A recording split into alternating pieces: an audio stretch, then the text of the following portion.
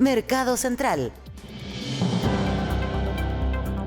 9 de la mañana con 6 minutos de este viernes 21 de agosto, pero vamos a remontarnos a abril de 2020, a 6 años con 4 meses atrás, cuando WOM se adjudicó el concurso para desplegar su fibra óptica en 5 macrozonas del país con un cierto estándar, pero según la Subtel, WOM no ha cumplido con el estándar exigido, lo que ha llevado a diversas consecuencias, a diversas conversaciones, también a sesiones en este minuto en el Congreso. Y para entender la historia y lo que viene, nos acompaña la subsecretaria de Telecomunicaciones, Romina Garrido. Subsecretaria, muchas gracias por acompañarnos aquí, sobre todo en esta semana tan movida para la Subtel. Efectivamente, muchas gracias, Bárbara, por la invitación. Gabriela, disculpa, no. Gabriela Villavicencio.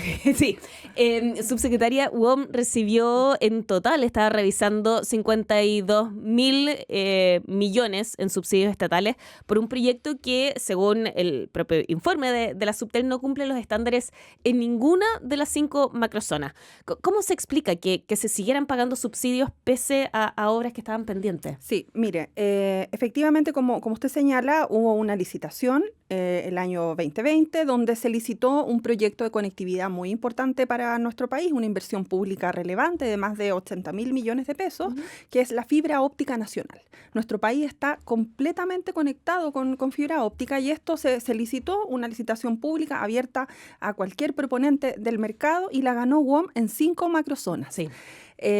Y esto era un proyecto subsidiado, es decir, se le asigna por una sola vez a las empresas proponentes distintos montos de subsidios por cada macrozona. Para WOM, en este caso, se le pagó un monto de subsidio de 52.000 millones de pesos para 5 macrozonas para que pudiera extender, operar y mantener en un buen grado de funcionamiento la fibra óptica nacional. La fibra óptica nacional es un proyecto que se denomina fibra oscura. ¿Ya? ¿Esto qué significa? Que es una fibra mayorista, es como, imagínate tú construir una carretera y la persona que gana esta licitación tiene que hacer la huella de la carretera, asfaltar la carretera y mantenerla en buen estado de uso para que quien vaya a después querer usar esa carretera, mejorarla, ponerle las luces, ponerle la pintura, ponerle los gatitos alrededor, esté la carretera en óptimo estado de funcionamiento. Entonces, los proponentes se ganaban la construcción de esta fibra mayorista, fibra oscura, para que después otras empresas pudieran operar esta fibra y dar conectividad a distintas localidades. Esta fibra parte en Bisbiri y termina básicamente en los lagos. Okay. Entonces, WOM se adjudicó 5 macrozonas hasta la región del Biobío y tenía que mantenerla en un buen estado de operación, es decir, para que cualquier operador pudiera venir, pudiera pagarle a él una renta para utilizar el trozo de fibra que quisiera utilizar y para eso la fibra tiene que estar en un buen estado de funcionamiento. Lo que se detectó, efectivamente, cuando nosotros asumimos, ya venían investigaciones de Contraloría desde el año pasado. Sí. Y nosotros tuvimos acceso a los preinformes, que son confidenciales, por eso nosotros no salimos anunciando nada de esto antes, porque los preinformes de Contraloría son reservados. Y el informe final, que salió ahora el 5 de agosto, es el informe que está público. Pero ya sabíamos, y efectivamente sabíamos que ya venían observaciones de Contraloría respecto de la forma en que Subtel había monitoreado y gestionado este proyecto con la compañía.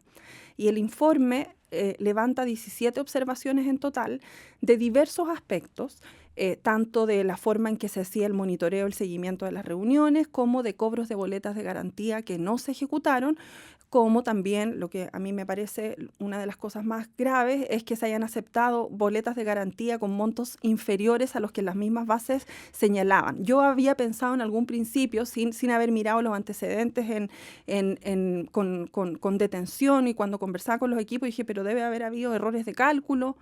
No son errores de cálculo. Las boletas de garantía tenían que ser presentadas por ciertos montos dispuestos en las bases y son cerca de 70.000 UF, un poco más. Las diferencias que hay entre las boletas aceptadas y las boletas que tenían que presentarse para distintos hitos. Y bueno, nosotros asumimos en marzo y empezamos a mirar el proyecto FON desde su operación. Y logramos determinar, lamentablemente, que la fibra óptica, desde que no se encontraba en el estado de disponibilidad dispuesto por las bases, que es un 98% de apta en los SLA, en ninguna de las macrozonas, pero también que habían otros incumplimientos relacionados con metodologías de cálculo que la empresa cambió, informes que no presentaba de una manera consistente, datos que eran traspasados de un mes a otro de manera variable, y estos requerimientos lo que hacen es finalmente mermar la capacidad fiscalizadora que tenemos nosotros como Subtel. Ahora, hay varios temas que menciona ahí que yo creo que hay que ahondar, pero decía que llamado la atención la diferencia en los montos de las boletas de garantía que se entregaron, y que usted decía, bueno, al principio pensé que era un error de cálculo, pero no. ¿Cuál es la explicación entonces de que se hayan entregado montos menores? Bueno, la explicación es que la Subtel de la época, la explicación que tenemos hasta ahora... Con el subsecretario Claudio Araya. Con efectivamente él y sus equipos. Bueno, primero decir que todo esto se está investigando actualmente porque la Contraloría ordena llevar a cabo sumarios administrativos para poder determinar las responsabilidades que pudieran ser efectivas en estos casos. Entonces, efectivamente acá, cuando uno empieza a revisar estos procesos, uno puede pensar que habían criterios que se aplicaban que tenían que ver con ejecutar de alguna otra manera las potestades sancionatorias de la Subtel o entender la proporcionalidad y la racionalidad de otra forma. Pero acá lo que uno ve es que hay un desapego a lo que las bases concursales mandataban a que se hiciera. Entonces, es lo que nosotros actualmente estamos investigando. Hay sumarios, como le digo, administrativos y que se van a tener que ahí definir las responsabilidades administrativas que correspondan de por qué finalmente las personas que estaban a cargo en ese momento decidieron aceptar boletas de garantía con un monto llamativamente inferior al que correspondía. Estas son las boletas de garantía que se van presentando al inicio de las obras, sí. Efectivamente. Entonces, y también ahora nosotros tenemos boletas de garantía, esas boletas ya están vencidas. Entonces, lo que corresponde hacer ahora es estas investigaciones, y la Contraloría respecto de este punto en particular envía los antecedentes al Consejo de Defensa del Estado para que se investigue en lo que en derecho corresponda, y lo que nosotros tenemos ahora son boletas que garantizan la totalidad del proyecto, que fueron las que nosotros cobramos los primeros días de agosto, revisando los niveles de cumplimiento. En una de las macrozonas ya se cumplían 2 años y en las demás 1 año,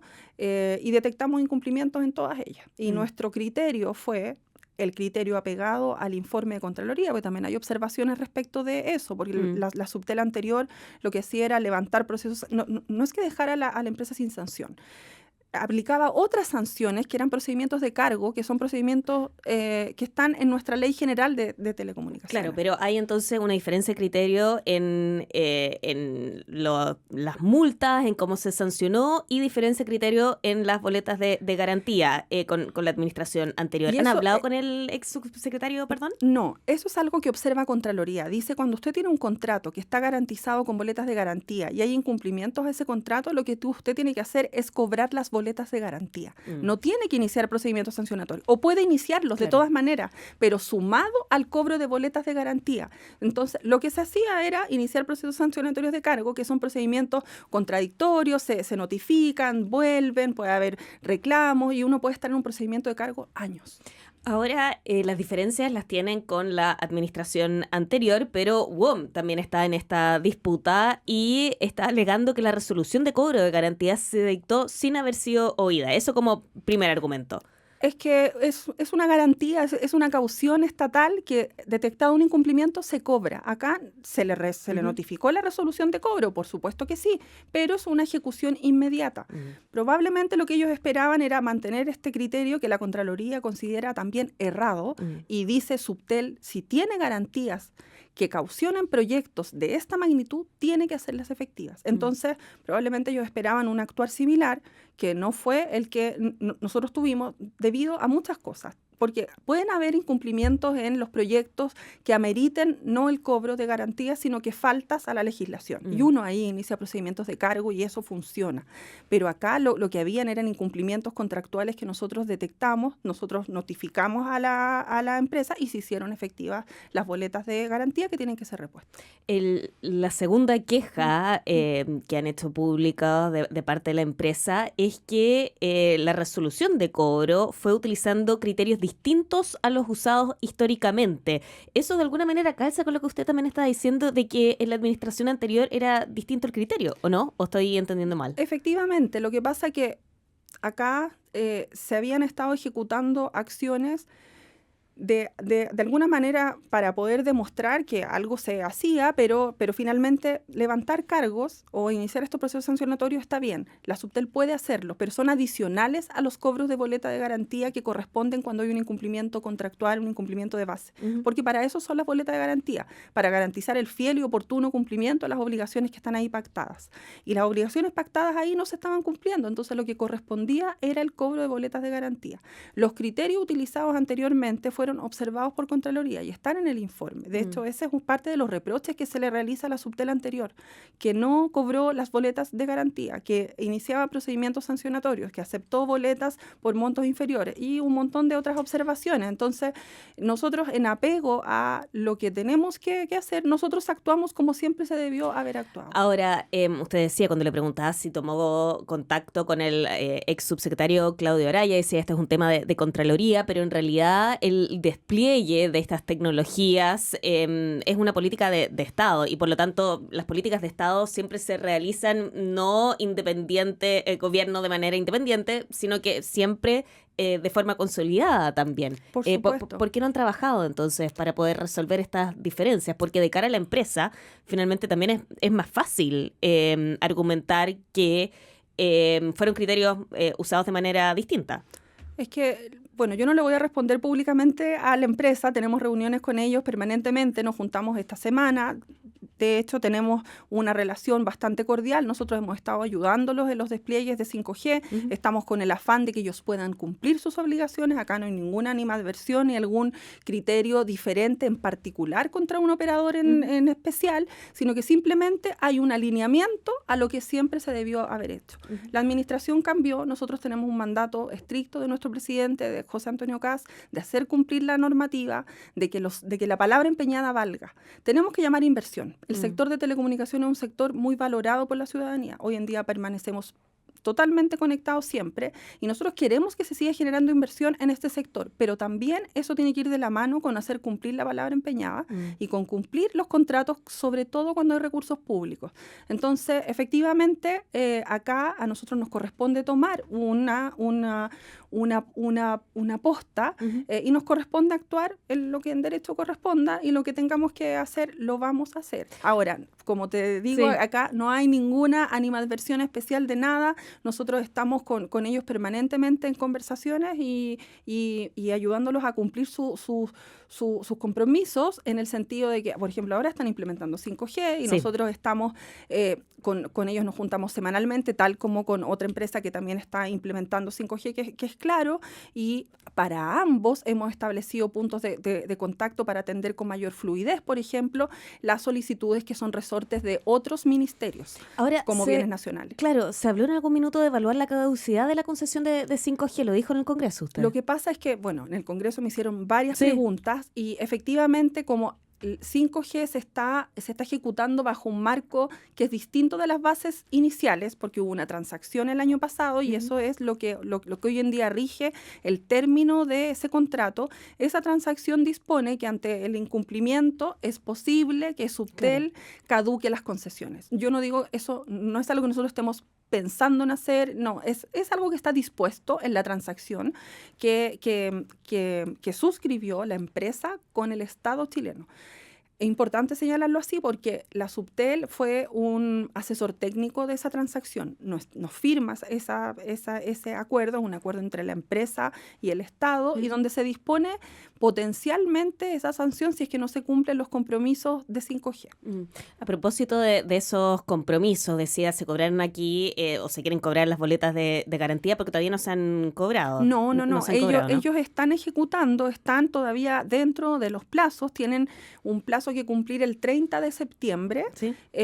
Y hay boletas que van garantizando el cumplimiento de esos hitos. Si no se cumple, se evaluará la proporcionalidad, la racionalidad, la magnitud de esos incumplimientos, pues no es lo mismo llegar, no sé, al 88, 89%, y uno ahí dice, bueno, es un cobro parcial, total. Bueno, ahí eso se analiza en su mérito, pero tenemos boletas que garantizan que ellos cumplan y nosotros estamos en el afán de que van a cumplir y que van a llegar al 90% comprometido la transacción el 30 de septiembre y luego al 10% comprometido el 31 de diciembre. Sí, le preguntaba sobre la proporcionalidad porque se ha evaluado cobrar hasta 3 veces el monto que ha entregado el Estado en subsidios prácticamente. Eso es el proyecto FON. El proyecto FON es de fibra óptica nacional. El subsidio ya se entregó, ya se pagó y se paga una sola vez. Se le da a las empresas el monto adjudicado. En el caso de WOM fueron 52.000 millones de pesos para la construcción de la fibra óptica nacional. Eso ya se pagó y está garantizado con estas boletas de garantía que nosotros hicimos efectivas ahora en agosto, y tienen que volver a reponerse esas boletas hasta el 14 de septiembre de este año. Este proyecto debe garantizarse en su ejecución hasta el 2040. Y por ende, si se detectan nuevos incumplimientos, ojalá que no, las boletas se van haciendo efectivas una vez más. Y así sucesivamente. Nosotros vamos a evaluar por anualidades. No es que vamos a salir cada mes no, vamos a evaluar por anualidades y viendo que la fibra óptica se mantenga en un buen estado de ejecución. Si ese es el compromiso. O sea, si una empresa se presenta a una licitación y dice, yo soy una empresa de telecomunicaciones, esta es mi expertise, esto es lo que hago, tiene que mantener la infraestructura en estado de operación. El cobro de 3 veces el subsidio responde a que, al potencial cobro de 3 veces el subsidio, responde a que esta es una infraestructura que es de propiedad de la empresa. Es subsidiada, pero es de WOM. El FON, la fibra óptica, los cables, los POIT, los interconectores, es todo de propiedad de WOM. Si se empezaran a generar, como me preguntaron en el Congreso, ¿hasta cuándo bueno, eso es algo a evaluar. Yo no me predispongo a que las cosas van a salir siempre mal, sino que me predispongo a que las empresas vayan alineando sus comportamientos, que demos buenas señales y que eventualmente nuestra Ley General de Telecomunicaciones contempla esta facultad de poder exigir la devolución del monto del subsidio hasta 3 veces, porque la infraestructura es de ellos. Entonces, pero básicamente esas 3 veces están en la ley. En la ley, efectivamente, pero es algo que se discutiría eventualmente en un juicio y que habría que ver, porque efectivamente si nos ponemos en un caso fatalista en que la infraestructura nunca puede entrar en completa operación, no funciona, etcétera, el Estado tiene que recuperar ese dinero invertido. Y la forma de recuperarlo es a través de esta facultad, que no es una facultad inmediata. Nosotros no tenemos boletas que garanticen esos 52.000, tenemos boletas que van garantizando un parcializado año a año, que son estas boletas que se cobraron ahora, y nosotros esperamos, como te digo, que la empresa cumpla y eventualmente, como me preguntaban en el Congreso, si se empiezan a generar más y más incumplimientos, esa es una posibilidad que existe para recuperar el dinero invertido, que es dinero de todos los chilenos. Ahora, subsecretaria, por un lado está la investigación, no en la investigación, pero el análisis del cumplimiento de las obras para ver si se cobran las boletas de garantía o no, y por otro lado está el procedimiento disciplinario de la Contraloría. Usted en algún minuto en la conversación dijo que ya se abrieron los sumarios. ¿Contra quiénes? ¿A quiénes están investigando? Bueno, hay áreas de control y seguimiento dentro de la Subsecretaría de Telecomunicaciones que debieron haber ejecutado un control más robusto, más preciso, y eso es lo que se está investigando. Pero el ex subsecretario Claudio Araya se lo está investigando, ¿o Lo no? que pasa es que ellos ya están fuera Del Estado. del Estado. Si nosotros encontramos que hay algunas cosas que ameriten algún tipo de otra responsabilidad, las comunicaremos en su oportunidad y haremos las denuncias correspondientes. Pero por ahora son responsabilidades administrativas y nosotros tenemos que rendir cuenta de esos sumarios a la Contraloría. Claro. Subsecretaria Romina Guerrero, subsecretaria de Telecomunicaciones, muchas gracias por habernos acompañado en Mercado Central. Que esté muy Muchas bien. gracias a ti. Buenos días. Muy buenos días.